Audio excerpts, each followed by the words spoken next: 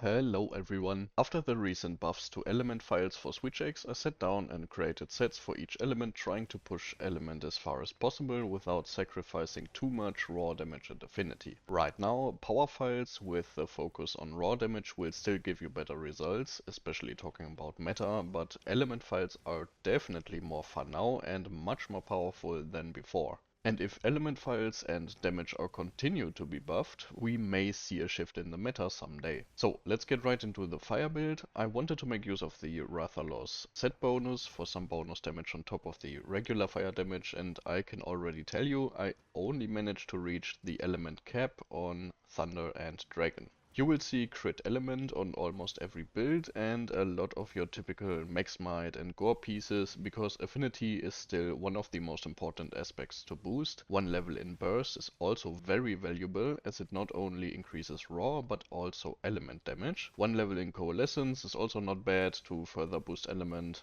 You will see that skill a few more times as well. Counter Strike is simply too good of a skill to not have it on Switch X, since it activates on the counter and offset, so you can use your counter to activate Coalescence and Counter-Strike by parrying elemental attacks, for example. But be sure to have Counter-Strike on level 3 for the biggest boost that also extends the uptime. Dropping Max Might for the sake of more Coalescence also is not really worth it, and I prefer to go for more affinity and make use of Crit Element and the Element Attack upskill. With the Archean weapons we have some more room to play around with, because we don't need Power Prolonger on element files. It really isn't necessary, since it is so easy to amp up any file that isn't power. I will always show you one example with an Archean weapon and a non-Archean alternative, and I personally also don't have any perfect Archean rolls, but they tend to be better than most regular weapons if you can get a decent roll. At least as of Title Update 2.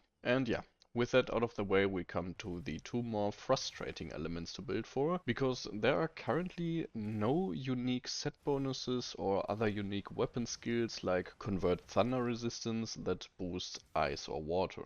So yeah, we have the same build for both elements, and to somewhat boost element with something other than Coalescence, Burst and the element attack up, I used Elemental Absorption. This can be used as a template for all elements technically, but I do have more interesting ones for Thunder and Dragon, of course. For our Thunder build, we can reach the element cap, but only if we use the High Bolt Axe with its unique skill Convert Thunder Resistance. Only problem is that it's a power file, which is good actually, but not for this particular video, since I wanted to use element files. As an alternative, I have this one using the Luggy and Gore set bonus.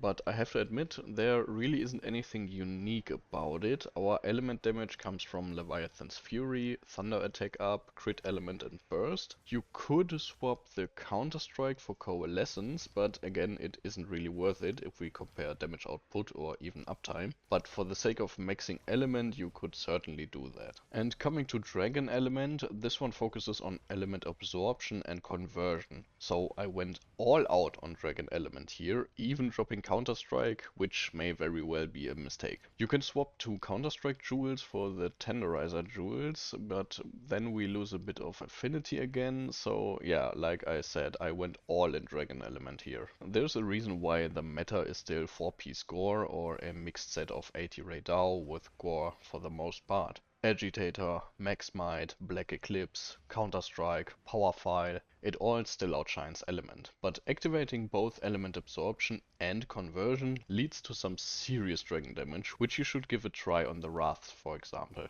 But okay, last but not least, I've been asked a bit for exhaust builds, so let's have a look at it. This build is actually very similar to our Thunder build. The Lord's Soul effect is one of the strongest raw damage skills we have, and we do have 230 base raw, which isn't bad. We get some extra damage from Leviathan's Fury, and our affinity comes from Latent Power, Max Might, Leviathan's Fury, Agitator, and one level in Weakness Exploit. And as you can see, this is all without a charm, and still 5 level 1 slots for you to choose what you'd like. You can go for Evade Window, Weakness Exploit, since we still have some downtime on Latent Power, or if you're really bold, you use Heroics, for which I have a pretty decent build right here. For multiplayer hunts, I'd drop the KO Jewel, because it is super difficult to stun a monster with Exhaust file in multiplayer and instead go for crit boost or even attack up. Or Mind's Eye. Don't sleep on Mind's Eye, it can be a very strong skill. And yeah, I really wanted to come up with something creative for the exhaust file, but there simply aren't any armor skills that help it. The two unique skills benefiting this file are Drain and KO, which can be maxed out, and then the only thing you can really do is build for raw damage and affinity as much as possible. The Gore meta set works perfectly fine here as well, or even an evasive adrenaline rush build, how I presented one in my last build video. I really hope we get some more variety for exhaust file, more exhaust file switch axes of course, and maybe with the next title update we'll see a lot more build variety once we get our hands on the new charm system and other improvements. I hope you found something interesting and have fun using some different files. Happy hunting everyone!